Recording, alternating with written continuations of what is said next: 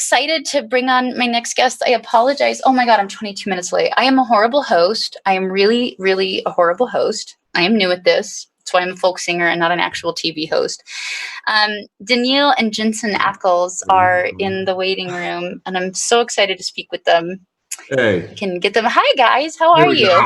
I am so sorry. I am a sucky host. I get so wrapped up in talking. I'm really, really sorry. And I know you guys have a family, and thank you for bearing through and bearing with me. Oh, that's all right. We just pushed them out in the street. They're fine. Excellent. Excellent. We're good. Little fresh air. We're the same kind of hosts. I mean, we just, we'll talk to ourselves. Sometimes we don't even notice our guests have left. It's good. Danneel and Jensen, thank you so much. You know, Danneel, when I was trying to raise funds and awareness for my youth foundation, you just on your own chose to share your post on social media. And it was really wonderful to learn that you care so much about mental health and spreading awareness about it. And as I began to research both of you, I was just so impressed. And I can't wait. I would love to know what has drawn you guys to want to talk about sort of the mental health discussion. Well, I think this, excuse me, I think it is all kind of was born out of the fans that the TV show Supernatural that I work on, that fandom, we became very close with them. I mean, the show's been on for 15 years. So and we do a lot of these conventions like Comic-Con style stuff. And we really get to mingle with these people a lot. And we just found more and more often that these people were dealing with a lot of struggles, and they found a community within this fandom that was very supportive, and it just, you could see the friendships that were being bred. It superseded the show, even the really connection that they were making within the fan base. Yeah, and it gave, you know, these kind of gatherings and these conventions would give people this opportunity to get together and share each other's stories under this kind of common likeness. And I started making the comparison. I'm like, yeah, it's like a car show. People go there because they're into cars, but then they end up talking about each other. And I'm like, wait, does that make me a car? And what car would that make me? We all know what car that is. So, but I think the show it became a vehicle for people coming together and being able to share you know, their highs and lows and their struggles, and mental health was certainly something that was that popped up on the radar more often than not, and so we started paying attention. Yeah, your community and fan community. I got to talk with Misha last week, and got to really learn and witness firsthand how engaged that community is. And like you say, when people find their tribe, it's powerful. You know, it's usually around a common interest. I felt that way with music. You know, the music was just like a flag that kind of attracted a community, but it was a lot more about the community. The music was like just a soundtrack to the movie, to the culture of this community that was trying to figure out how to be happy, how to be authentic, how do we lead with kindness, these sort of values that galvanized us. And I've loved seeing that with your show and becoming familiar with this fan base. I know you guys are, about to film your last 2 episodes. I know you can't because of quarantine, which is wild. And this has been 15 years you guys have been doing this show. What are your thoughts on the end of the show? Not to mention, what'll happen to the community? Will they stick around? What's going to go on? I think they will. I mean, look, they've always said that this is just the show that will never die. And it literally is the show that will never die. You know, just when we thought we were, you know, moving right towards the finish line, you know, this whole thing happened. And we're still in limbo. We'll get back and do 2 more episodes. You know, when it ends, I don't know. I do know that there are plans of having these, you know, these conventions and stuff in the future, and get-togethers of that sort. And I don't know. I mean, you know how this entertainment industry works. They're probably going to try to reboot us in about 3 or 5 years. So we'll see what happens. Yeah. I wonder who'll play you. He's not born yet. Me. I hope me. He's not born yet. I was just looking through my notes. It was really fun. One Tree Hill, by the way, really helped break my career. I had a song on that show, so it'll always hold a really dear place in my heart. It made a big, big difference in my career. What has it been like in the entertainment industry? I've always been sort of surprised by this paradox, and I'm curious if you guys have seen this too. I feel like the arts are supposed to stick up for the underdog. We're supposed to really help give a voice to the voiceless. We're supposed to hopefully lead thought and culture and ideas that help liberate us, that help unify us. And I feel like in artists' hearts, that's how we are. That's how we're wired. And I've always been shocked that a lot of the gatekeepers in the industry aren't like that. It isn't a very pro-female business. It's not an easy business for women to be in. There's not a lot of people of color or different cultures that get leading roles. I always found it so paradoxical because I really thought it meant in the arts, everybody in the arts would be this way. But a lot of the gatekeepers create really toxic environments. This doesn't happen just in the arts. You know, when we have a toxic upbringing and we get the ability and chance to form a community, oftentimes it will repeat the cycle. But what have your guys' experiences been? And especially, you know, you as a woman, have you ever been surprised by the paradox of that? Not even to get into a Me Too discussion, but just, you know, what it's like being in this business. I think especially with One Tree Hill, I mean, that was very, you know, Hillary Burton and I were vocal about our experience in Variety. And at the time, you know, it was the second television show I had done. So I didn't speak up about it. I didn't talk about it. I talked about it to him. Mm-hmm. He knew about it. He witnessed some of it. And it was just, and privately, he said something to the person. But I think it's just always, for me, it was really great that it was brought to light and that we could start talking about it. But I don't really feel that a lot has changed personally. And I mean, yes, we've told our stories, but have we really moved on? Has that mentality changed, or was everyone like, yeah, sure, we'll deal with that. That's great. Let's write some articles about it and then move on. And I feel like, you know, we have to keep on it. And I like that you brought it up because we should keep talking about it.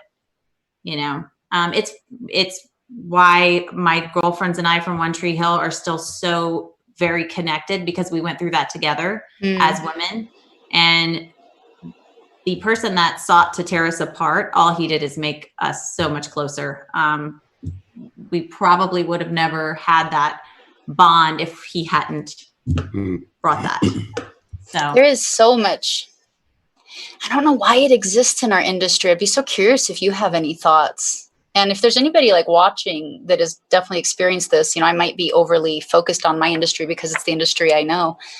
But there really seems to be this very tolerated, very seedy behavior. And these people in power tend to just, they proliferate and nobody seems to mind it.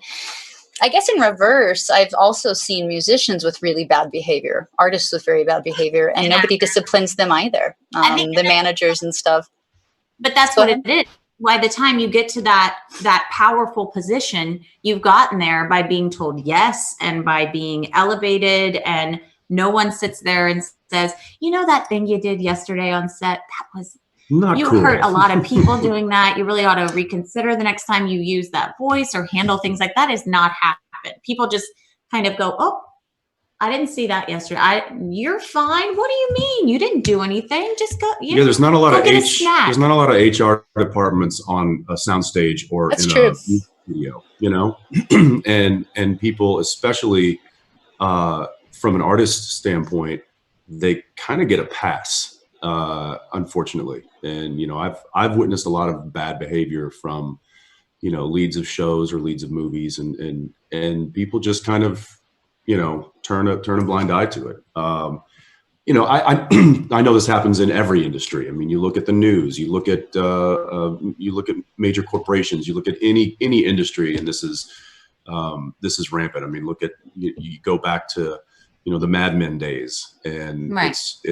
It's all over the place. But definitely speaking from my own experience as an actor in the entertainment industry, that kind of bad behavior does go unpunished quite often. And it's, I feel like it's gotten less and less because more people are now holding people accountable, or reputations are preceding them.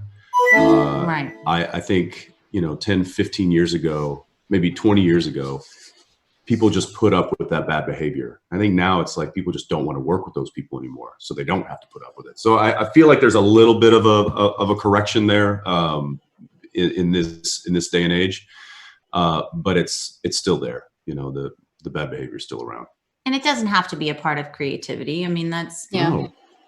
When people say that, oh no, they can't talk to anybody. They have to be locked in this room and they can't, you know, their creative process. It's like, okay, but to me, creative process should never involve bad behavior. No.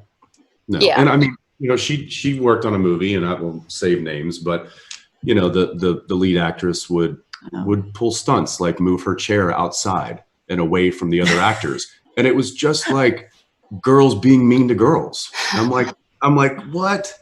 How, you know, and I'm like, what did you do? She's like, I just sat outside.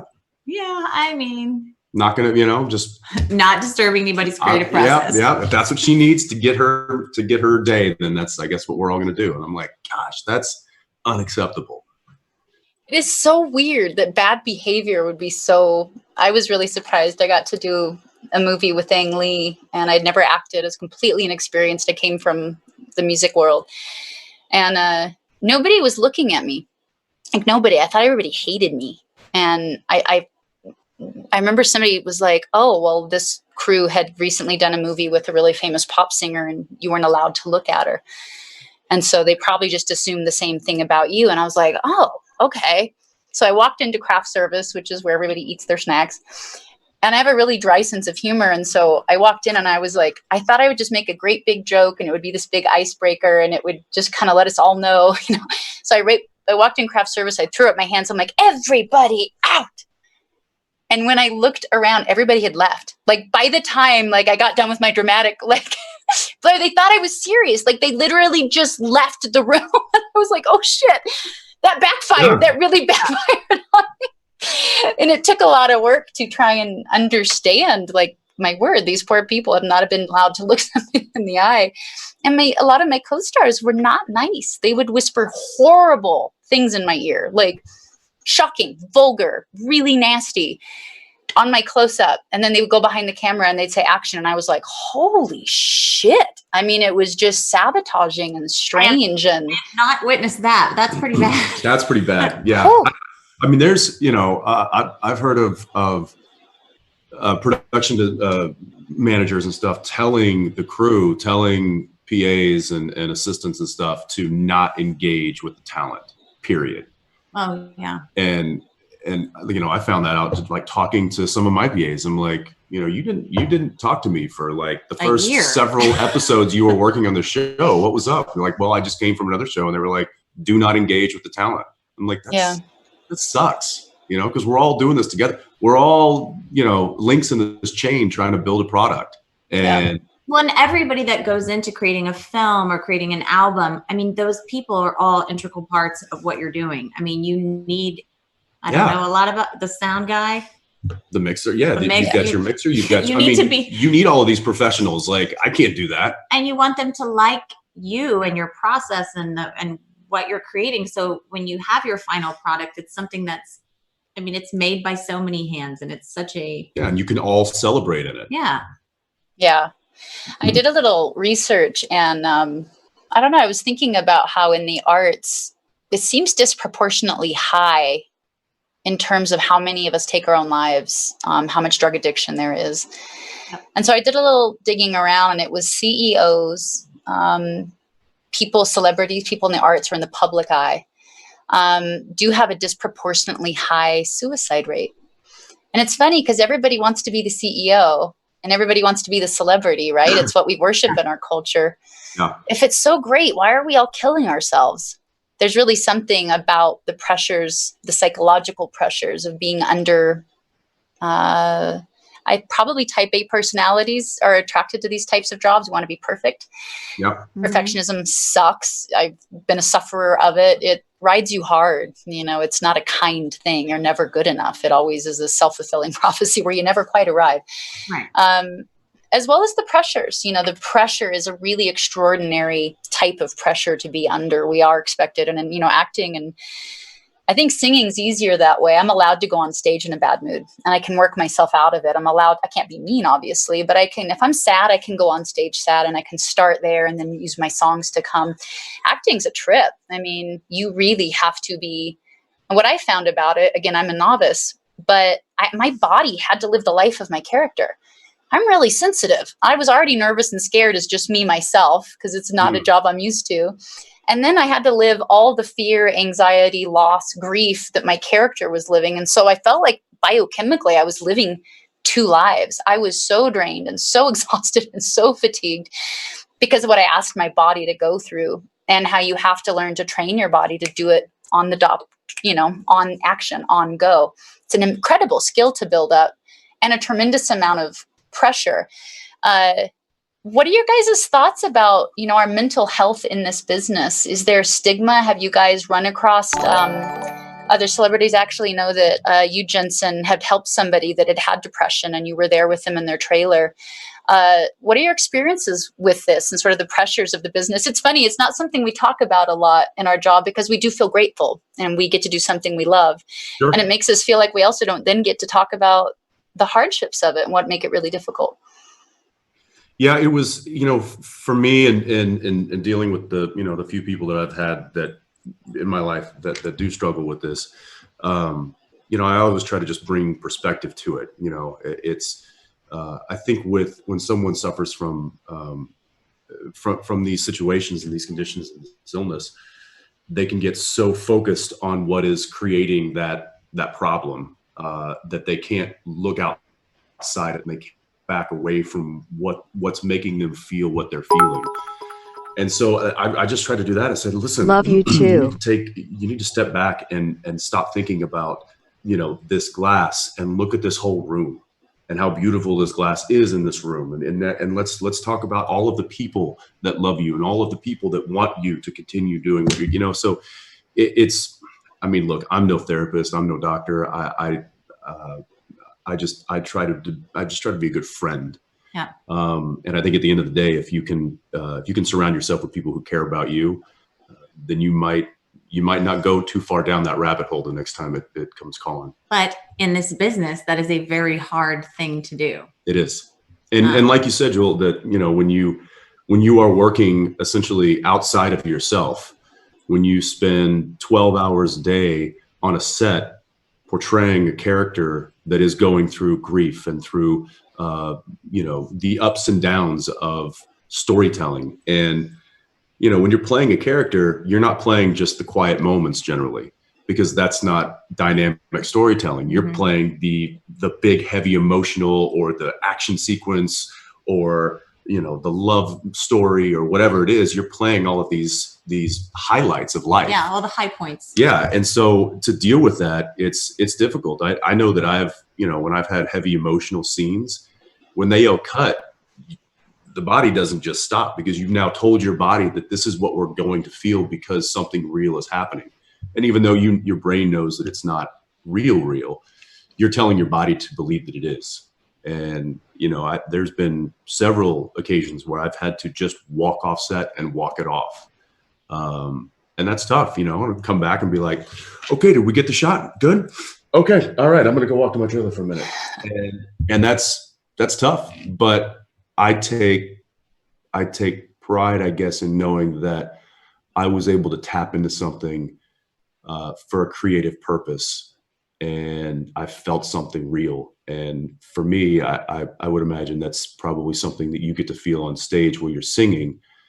There's a real feeling that you get from that. And I think for me, that's, those are the things I like to hang my hat on.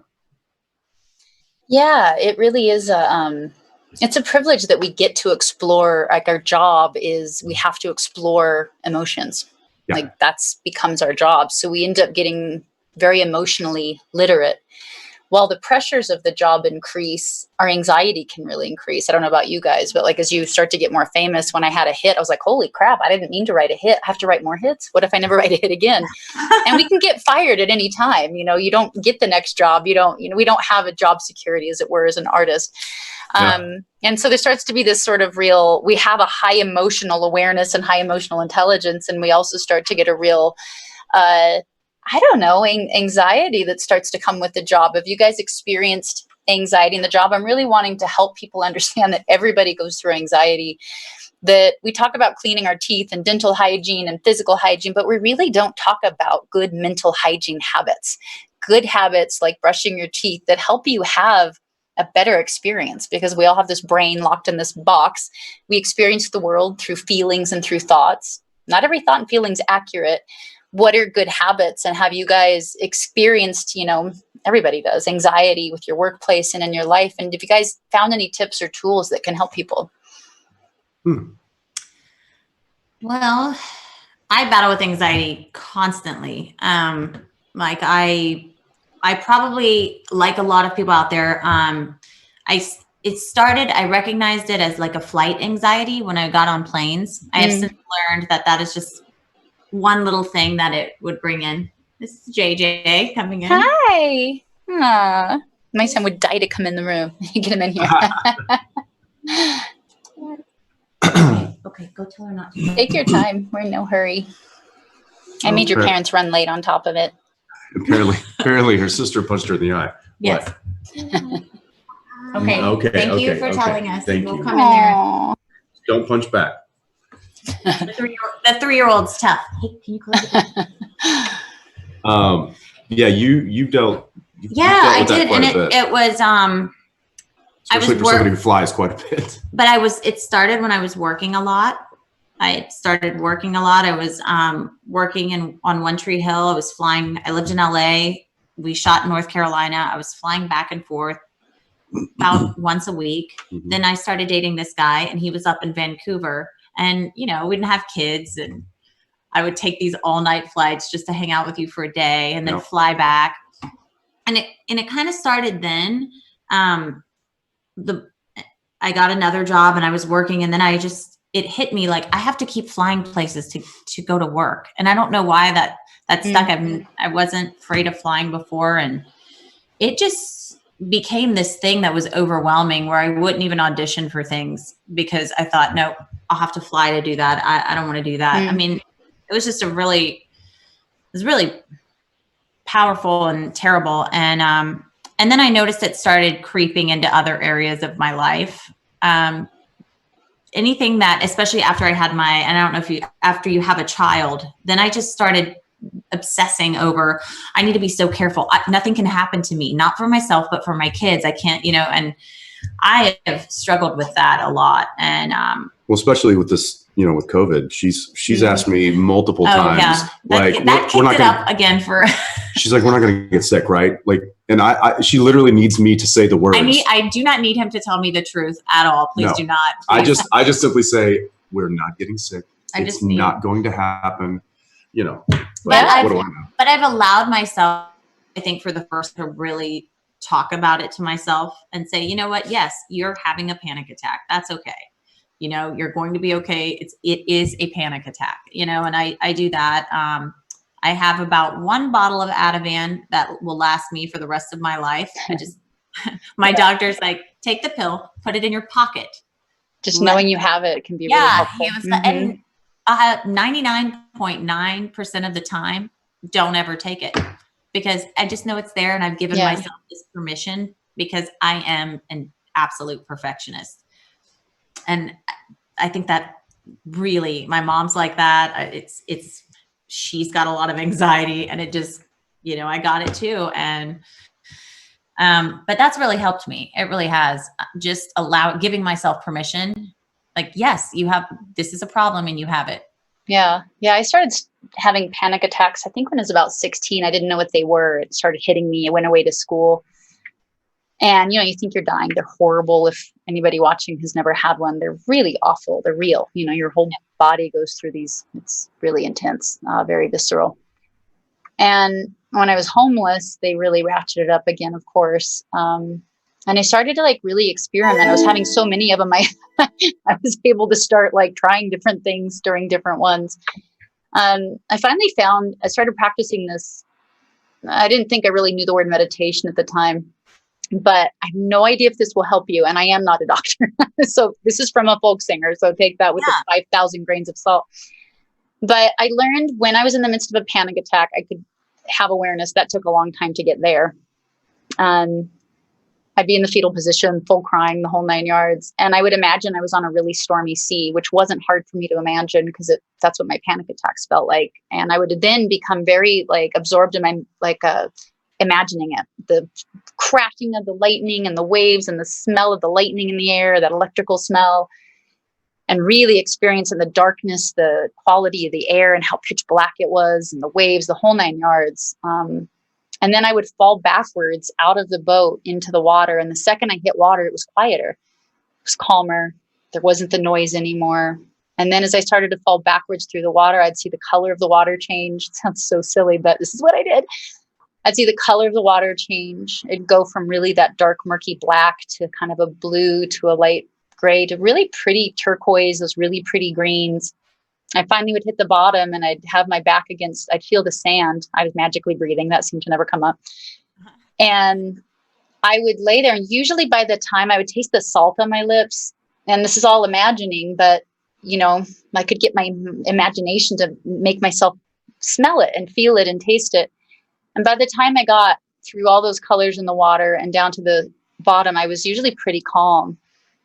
And then with more practice, and this took a lot of practice, I was able to ask myself questions. What caused that? I didn't know the word trigger at the time, but what caused that? And I would see the answer. I would know it. I don't know how to describe it, but I realized it happened in class. I walked into a class where I didn't know anybody. Not knowing people makes me feel really unsafe. And I had so many panic attacks and I had to go to the bottom of that visual ocean so many times. I really started to learn that when something felt out of control, when I felt unsafe or too vulnerable, I needed to create a whole new level of self-care. And I didn't have friends. You know, I was on my own and moved out at 15. And so self-care was kind of a trick for me, but I developed things that helped me feel anchored in. And I just learned that if there's going to be something in my life where a major pillar, I call them pillars, you know, if I'm moving houses or if I'm starting a new job or if there's just some change, a real pillar, if one or more was changing, I knew I was very, very prone. And so I had to create support. I would start calling a friend regularly or whatever it was. And then with time, I do not have them anymore. I've always struggled with anxiety. I do think perfectionism just tanks us. I hate it. I am such a perfectionist. It's an addiction. Double-edged sword. I mean, I look back at things in my life, and if I wouldn't have just, it's got to be this, then I wouldn't have been where I am today. I wouldn't know you. Yeah. You can't live with it. You can't live without it. Our house wouldn't be so clean. It's so clean. The spoon drawer wouldn't be organized like it is. Oh my gosh, Jewel. The spoons and the forks are all lined up perfectly. But you will never pull out a baby spoon when you mean to pull out a big spoon. No, you won't. No. Of course, she's got me doing it because I'm like, I don't want to be the one to ruin this. Like, Yeah. And you know what's sad about perfectionism is it like... No.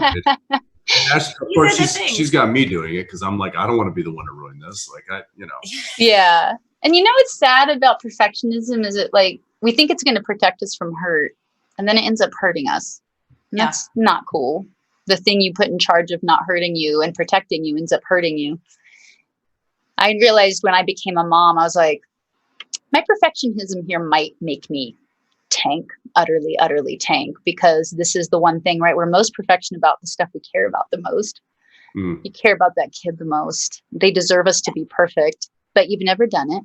You're not going to be an expert at it. You haven't built up a lifetime of craft or education. And so you inherently know on some level, we're going to fail. We're not going to be perfect. And that either brings out a new whole level and a whole new gear of hypervigilance and perfection that can absolutely tank us. I see so many moms struggle with it. I don't really hear a lot of moms talking about it. But that's when I had to develop like an entirely new practice dedicated to perfectionism. I don't know, again, if this would help you at all, but I've really, when I sit down, I meditate and I practice in the morning, especially if I notice I'm getting really triggered. And I'm not always a perfectionist. It really does seem to come up when, again, some major pillars changing in my life, my anxiety will rise, or when I really care about something. And recently it's been getting really triggered again. And I have this phrase, I have no idea if this will help you, but I'll just offer it. I sacrifice my attachment to perfectionism and I dedicate it to, I use compassion because I'm not very compassionate. Usually perfectionists aren't. We think that we got where we are because we write ourselves and it's all whip and no carrot. And that's what got me to perform. What if my talent did it? What if it wasn't even my perfectionism? What if my perfectionism was just my way of handling my anxiety of worrying if it would work out? What if it was just my talent did that and I didn't even actually need perfectionism? So my compassion is so lacking. I really, really suck in the compassion department. And so for me, I say I sacrifice my attachment to perfection and I dedicate it to compassion. No, that's and then I have to practice it, so when I find myself, I go, I want to get uptight because somebody isn't as perfect as I think they should be. And I get really uptight and like, kind of, I guess, controlling probably. Sorry to say I am. I go, I'm going to practice. I'm going to sacrifice my attachment to perfection. I'm going to get compassion. And it's really helped. I don't know if that'll help you, but I've really found it to be transformative for me. Good. And this, the COVID, the quarantine experience has been, I can't, and one of my things is like, everything's in order, everything's super clean. And I have, this is big for me. I let my kids draw, there's chalk all over the side of our house, which that is so far removed from anything I would normally allow, that he came home and he walked in, he was like, oh, okay. Wow. Let them draw on the actual house. Okay. And I'm like, and then I'm like, come on, let's go find some more walls, guys. he's like, that's great. I was like, yeah, they wanted to. And I was just like, sure. That's awesome. Yeah. Any gains we can make like that. I think it'll power wash off, but I hadn't. We'll get it off. Yeah. We might have to repaint. I'll get it off for you. We might have. Yeah, you can paint. It's really true. COVID is really bringing up a lot of mental health issues for everybody. It's why I wanted to start this show. There's the virus, then there's the economic fallout, and there's the mental health fallout. When I was doing some numbers, I actually wrote them down. Our suicide hotlines are up 300%. Our mental health crisis hotline is up 891%. Suicide attempts typically double during a recession, or nearly double. And that's never been during a recession with a pandemic and isolation involved.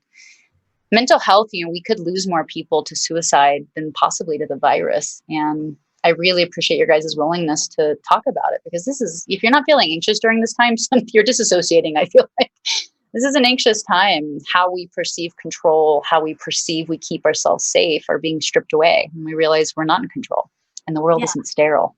And germs, we don't live in a sterile environment. And so what do we do with worry? What do we do with, I call it a misuse of creativity, right? I'm pretty creative. If I'm this creative, I can be this worried if I channel it all into this. And so I really had to learn that when I'm worried, I have to use my creativity in a better way, to not imagine all the worst possible scenarios. And when you're highly creative and imaginative, you have a real talent for being really worried and imagining all your worst case, world ending scenarios.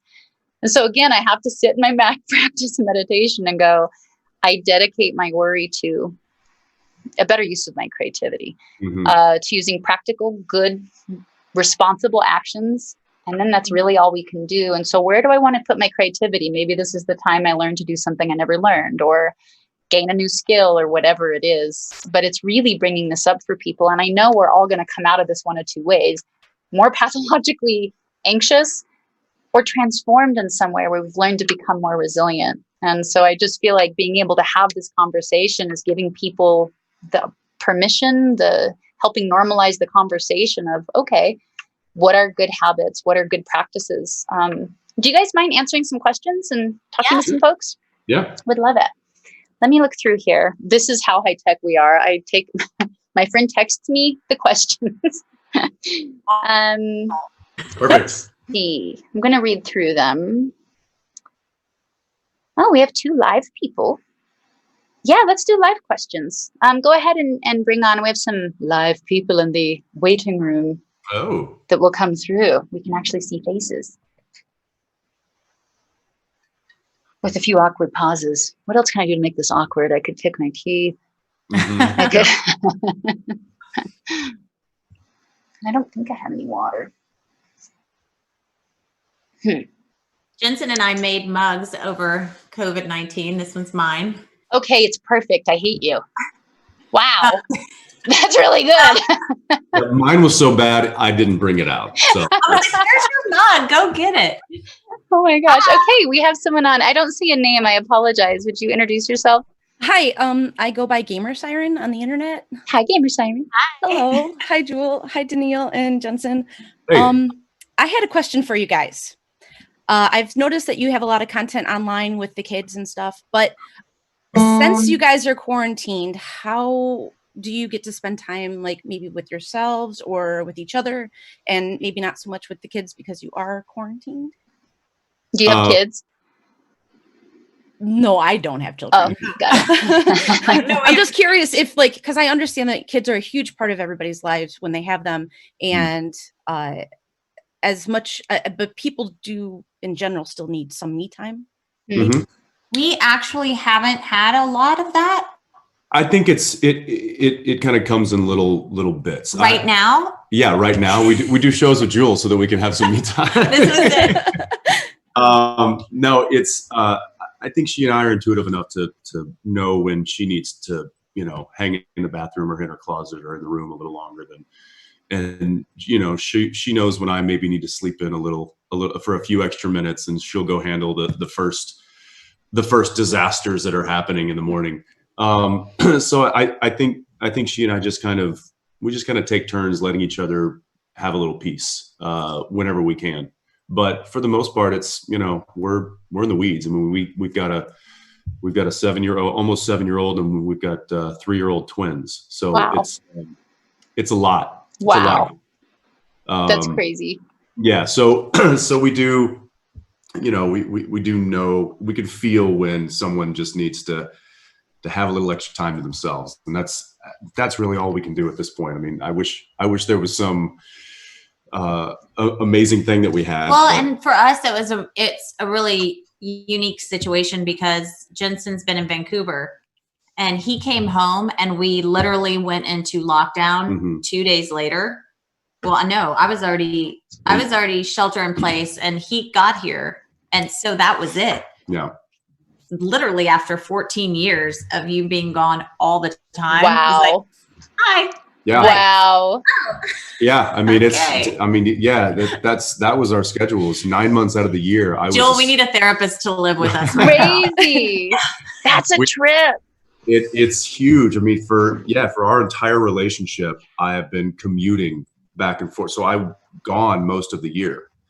So our kids are like, that was just the whole quarantine. I mean, they have been. They're loving it because they get mom and dad all the time. Attached. Like, this has never happened. And I am a very honest person on my Instagram and on my, that is my one thing that keeps me sane, is I have to be authentic. So I will say that yesterday, our nanny, who was our godmother of all 3 of my children, came back for her first day. Because she has been quarantined, and she's more than a caregiver, really. Like, my children have cried for her every single day. I mean, it's like an attachment figure. Oh, yeah. It's family. And so she's here right now, full disclosure. And we're being very safe, but I just always want people to know, like, I don't do everything by myself. It's impossible. So all the moms out there, yes, we have a person here that's helping us. That is a privilege, and it's wonderful, but it finally got to a point where I was crying for her. Yeah. He was like, please, Julie. We finally reached our max. No, but before yesterday, it was, we were. This is the first 7, time 8 weeks. This is the first time we have been alone. Yeah. To answer your question. It's a trip. When I was married, we had completely separate schedules, and there was a time where he quit roadie, and when I came off the road, and it was like, "You're still here." What? It was kind of a trip. We had to really adjust to different rhythms. I like time alone. I enjoy my time alone. So that is a trip. That's a trip. I can really relate to the adjustment of that. Yeah, it was swift. Luckily, we're figuring it out, and it's it's been cool. It's been fun. I mean, sure, not the days. We've been together a long time. I think our 10th anniversary is coming up, and we were friends for about 5 or 6 years before that. So we've known each other. We've been pals for quite a long time. So getting to hang out has been a pleasure, not a curse. Yeah. Yeah, it was kind of fascinating that when we're in a relationship with something, we have to evolve. Whether even nature, we have to evolve to stay in a relationship to nature. We have to evolve to stay in relationship with our partners and with our children. We're constantly being asked to evolve. And I do find that fascinating about this time particularly, is we're being asked to evolve quickly to stay in harmony with nature. Yeah. We're being asked to evolve quickly to come to a new normal with our families and living in close proximity. So it's never boring. And it is a constant evolution, and that dedication to evolving in relationships, I just find very, very admirable. We have one more question, and I know you guys need to get back to your kids. I just wanted to answer. Let's see. I'll take one more question. Let's see. Do you guys doing one more live question? Yeah, let's do one more live question for fun, and then we'll wrap it up. Cool. See if they're around. My son just snuck into the room. If you heard the dog barking. We have to put our dog in here because he will not. Yeah, he wants to be in here with us, so he'll bark if he's not in here. He was with us when we first started dating, so he's been around a while. Aww, that's so sweet. Hey there. Hi.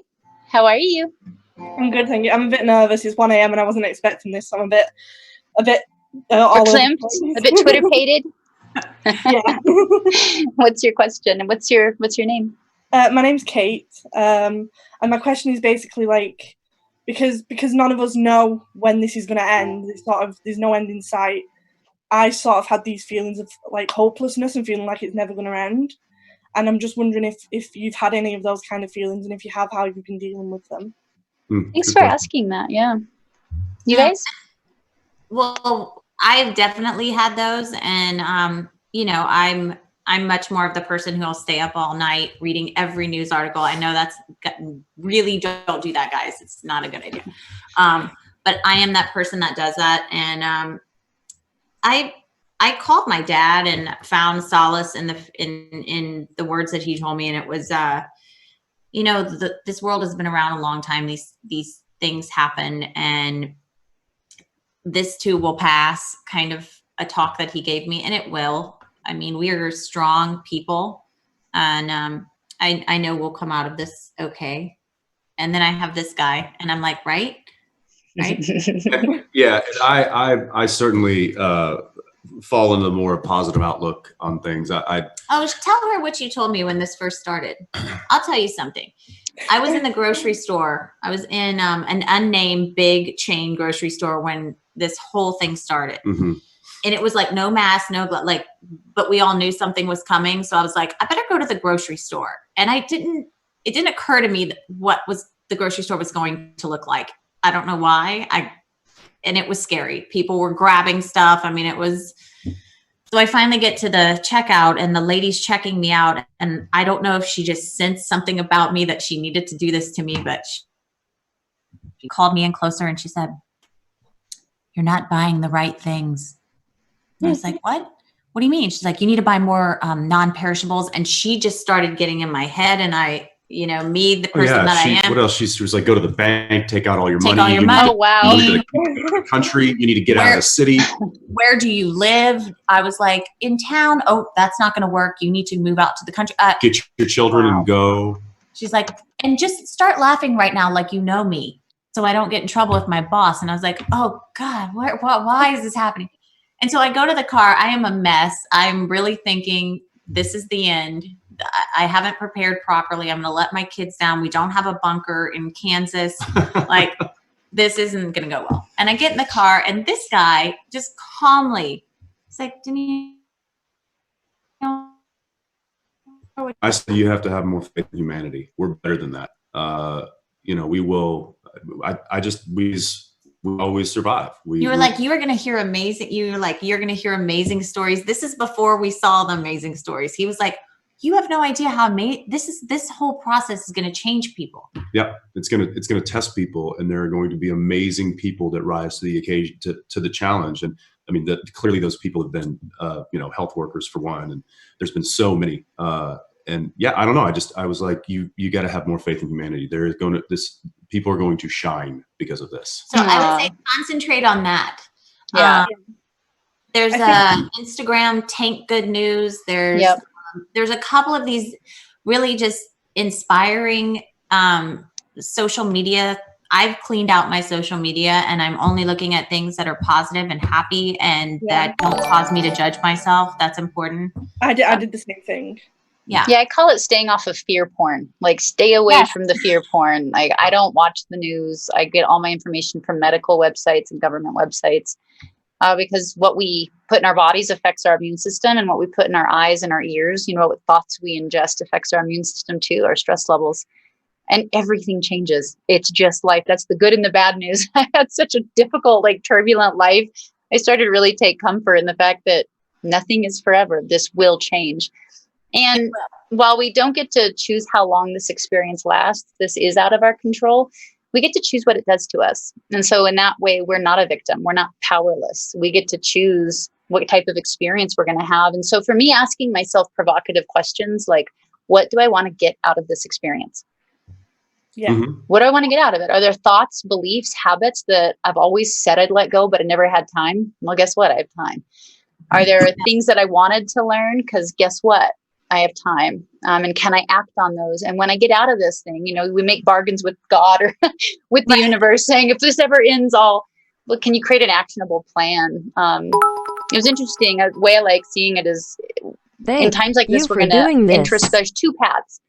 Hopefully the good path is introspection, letting things go, taking on new thoughts and beliefs, and then acting on them. And that gives us wisdom. That's the best case scenario of this time. To me, the worst case scenario is we don't introspect, but we suppress. So we suppress our thoughts, our fears, our feelings, no introspection. We don't let go of old beliefs or things that don't serve us. So we hang on to them in fear. And then instead of being rebirthing, having new thoughts, new ideas come in, we feel disempowered.